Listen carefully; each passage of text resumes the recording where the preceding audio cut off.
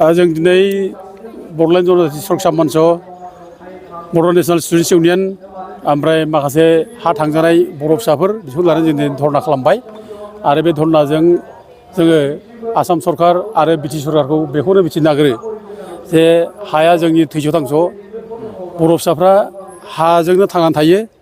आरो हा गैयाब्ला जों थांनानै थानो हानाय नङा आरो जोंहा जेब्ला हा गोमागोन अब्ला जों भिखारि बायदि जानांगोन गतिके जोंनि हाखौ जोंनो माने उद्धार खालामना होनांगौ गोबां ट्राइबेल बेल्टनि हाफोरखौ दिनै गुबुन हारिफ्रा फैनानै सेनानै लाफैजोब्बाय दा बे हा सेजानि थाखाय दिनै बर'फ्रा गावनि हायाव दिनै भिखारि जानांबाय ओंखायनो जेसेबां बेल्ट ब्लकआव इलिगेल भाबै हाबनानै दङ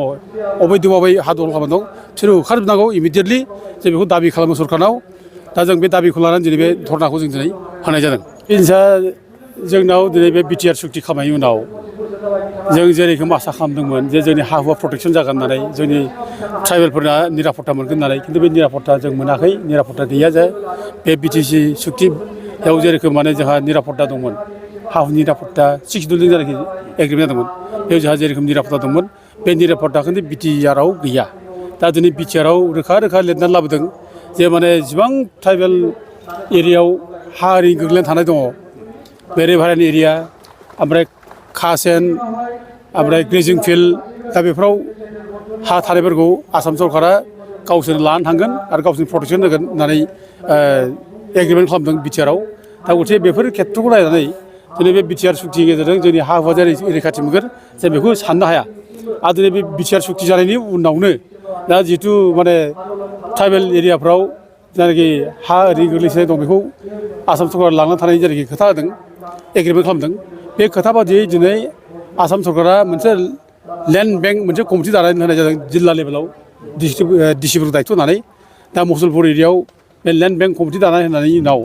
दा बर'फोरनि 160 न'खरनि हाखौ दिनै आसाम सरकारा सेनानै लानो थाखाय दिनै जरिब खालामदों दा बे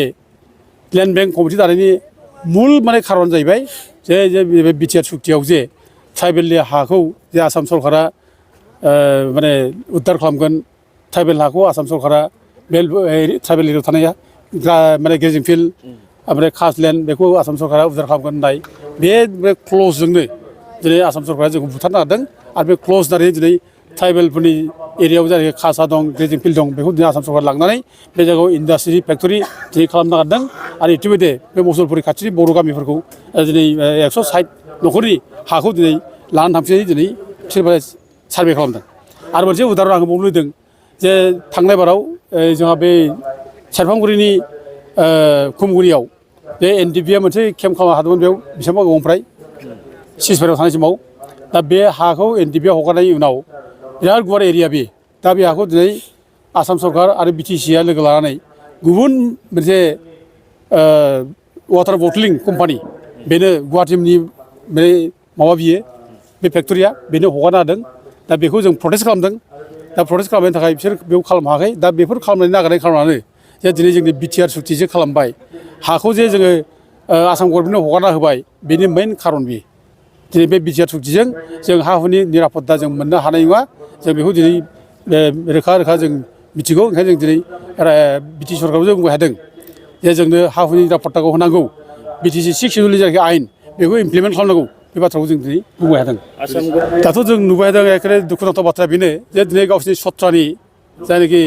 शंकरदेबनि जायनाखि सत्रा बे सत्रनि हाफोरखौ दिनै बिसोरो उद्धार खालामबाय होखारजोब्बाय एभिक्सन खालामजोब्बाय खिन्थु अथ'सो जोंनि ट्राइबेल बेल्ट ब्लकआव जे इलिगेल भाबै जे दिनै हाबनानै दङ अन्याय भाबै जोंनि हाखौ सेनानै लादों बेखौ होखारनांगौ बेखौ दासिमबो होखारनाय बेबस्था लायाखै दा दिनै जोंनि बिटिसि एरियायाव 3,49,505 बिघा हाया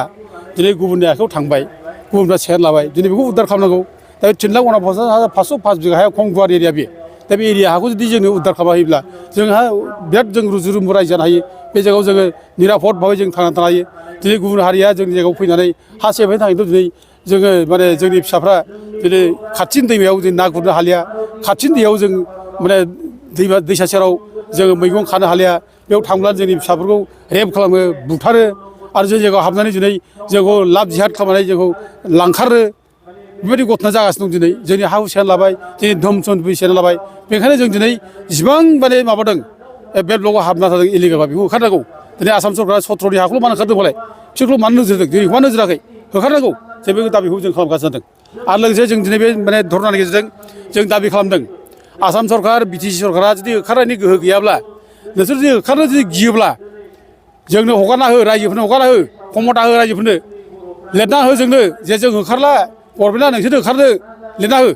रायजोफ्रा दाबो होखारनानै जोंनि हाखौ उद्धार खालामनो राजि ओंखायनो गभर्नमेन्टखौ जों दिनै बे धरनानि गेजेरजों खावलायदों जे नोंथांमोना जोंनो खमथाखौ होखारनाय जों होखारना लागोन दा बे बिटिआर सुक्तिनि जायनाखि दफा बेयाव गामि सोनायनि माने जेरै पिकचार बे पिकचारा एखे बिराद रिमट गामिया हाबगोनखौ जों नुवा मानोना बिटिआर सुक्तियाव गामि सोनायनि बाथ्राखौ रोखा लिराखै बबे गामिखौ सोनांगौ बिनिबो मेनसन गैया आरो बबे एरियासिम हाबनांगौ बिनिबो मेनसन गैया एक्सटेनसननि खुनु बाथ्रा गैया एरिया एक्सटेनसननि बाथ्रा बुङाखै दा गथे बिटिआर सुक्तियाव जे गामि हाबसन फैगोन जों बेखौ खुनु साननो हायाखै दा ओरैनो बिटिसि सुक्तियाव 95ता गामि हाबसननांगौ दंमोन सोसननांगौ दंमोन बेखौ रायज्लायनानै सोनाय जागोन होननानै एनेक्सार मोनसे दोनखादों बिटिआर सुक्तियाव दा बे बिटिसि सुक्तियाव दा बे बिटिसि सुक्तियाव एनेक्सार होनाय 95ता गामिखौनो सोनानै लानांगौमोन सोनानै लानो हायाखै आरो दा गथिखे बे गोदान जे गामि हाबफैगोन जों बेखौ खुनु जों साननो हायाखै आरोखि बेखौ जोङो दिनै प्रमद बर'मोना नंखाय गैयै खोथाखौ बुंनानै रायजोखौ आन्दायहोदों दिफेन बर'मोना दिनै एबसुनि प्रेसिडेन्ट जानानै दिनै रायजो राजाखौ नङै खोथा बुंनानै आन्दायहोदों दिनै फरायसा आफादबादि गोथार आफादाव थानानै बिथांमोना मिसा खोथा बुंनाया बिराद लासिंसिं दा दिनै बिथाङा बुंदों जे माने गामि दरसेबो दानख'वा होननानै बिथाङा बुंलादों दा बिटिसि एरियानिफ्राय खुनु गामि दरसे दानख'वा ओरै होनदों खिन्थु नों सुक्ति खालामनानै लाबोबाय गामि दानख'नायनि नों गामि दानख'नाय सुक्ति लाबोनायनि उनाव नों बोरैहाय गामि दानख'वा होननानै बोरै बुंनो हागौ नोंलाय बेथ' अजुक्ति बे आरो दिनै मा बुंदों गावनो बुंबाय जे गामि दानख'योब्ला आंनि गोथैसाजों थांनानैसो दानख' हागोन ओरै होनदों आरोखि नों एथ' जुदि गोहोगोरा जुदि खोथा बुंबायब्ला नों एथ' स्ट्रं खोथा बुंबायब्ला नों एकराव मानो लिरनानै लाबोखो एकराव नों गामि दानख'नाय मानो बाथ्रा लिरनानै लाबोखो दा बेनिखायनो जों दिनै बे एकरा जे बिराद गिदिर भुल जाबाय जों बेखौ दिनै रायजो राजानि सिगाङाव जों बुंबाय थादों आरो दिनै जोङो नैबे धरनानि गेजेरजों जोङो बेखौनो बुंबावनो लुबैदों जे दिनै प्रमद बर'मोनहा उरखावग्रा ब्रह्ममोनहा एथ' रायजो राजानि माला गाननानै रायजो राजानि अननायनि माला एथ' आदर खालामनाय माला गानहोदों बर' बिमा बुरिया माने आर'नाइ दानानै गानहोदों बिसोरनो सनमान होदों दिनै बे आर'नाइखौ सनमान होआब्ला नों मालाखौ जुदि सनमान होनो रोङाबा बे जिनिसा रायजो राजानि सावनाङो अननाय जागोन अभिसाब जागोन बिसोर बेखौ गानना माला गानै गानै मिसा खोथा बुंगासिनो थगायगासिनो दं नङैनि बाथ्रा बुंगासिनो दं रायजो राजाखौ आन्दायहोगासिनो दं दा दिनै बिसोर गाज्रि जायनाखि समस्या बर'नि समस्या बे समस्याखौ दिनै डाइभार्ट खालामनो थाखाय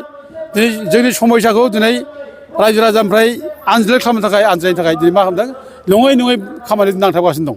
खेला दुला होनाय माबा मोनसे माबा खालामनाय रंजा बाजा दिन्थिनाय दा दिनै बेजोंनो डाइभार्ट खालामदों खिन्थु जोंनि आसल प्रब्लेमा मामोन आसल माने समस्या मामोन बे समस्याखौ दिनै जोंना प्रमद बर'मोनहा उरखावग्रा ब्रह्ममोनहा दिनै रायजो राजानिफ्राय डाइभार्ट खालामदों दिनै ट्राइबेल बेल्टनिफ्राय जे उना इलिगेल थानाय मानसिफोरखौ होखारनांगौ बिनि बिसोर सिन्थाखौ खालामा प्रमद बर'आथ' खुला खुलि बुंदों फेरेंगा जाहा खुला खुलि बुंदों जे ट्राइबेल बेल्टनिफ्राय खुनु सासेबो बांगाल होखारनाय जानाय नङा ओरै होनलाबायदों दा जोंथ' बांगाल होखारनाय बाथ्रा बुङाखै जोंथ' खुनु अना ट्राइबेल होखारनाय बाथ्रा बुङाखै जों बुंदों जानाखि इलिगेल अबैध जायफ्रा प्रब'जनकारि जायफ्रा इलिगेल भाबै थानो मोनै मानसिया थाफैदों जों बिसोरखौसो होखारफिनदों बेयाव सोरबा बांगालबो जानांगौ सोरबा जुंगालबो जानांगौ सोरबा गुबुन जाथिबो जानो हागौ जाथिया जिखिनि जाया मानो बेयाव राव धोरोम हारिनि खुनु बाथ्रा गैया जाय इलिगेल मानसि जों बे बाथ्राखौसो बुंदों ओंखायनो जों बे धरनानि गेजेरजों माने इमिडियेटलि बे माने प्रमद बर'मोनखौ जों खावलायो जे नोंथांमोना मावना हो ट्राइबेल बेल्टनि हाखौ इमिडियेट उद्धार खालाम बे हाया जोंनि जिउ बे हाया जों थैस' थांस' आरो रायजो राजा बेखौ मावजानो लुबैदों आरो बेखौ जुदि मावना होआब्ला नोंसोर बे गादियाव जनानै थानाय नोंस्रा अधिकारा गैया मानोना बे हा हुनि थाखायनो दिनै एथ' गोबाव संग्राम खालामदों बे हा हुनि थाखायनो बड'लेण्ड रायजो बिदों बे हाखौनो जुदि उद्धार खालामनो हायाब्ला बे बड'लेण्ड रायजो बिनिया मा अर्थ' थानोब्लाय बे मिनिंलेस बियो आरो नों थैलाय बिलाय हाखौ उद्धार खालामाबा नों बड'लेण्ड रायजो मोना जाया बे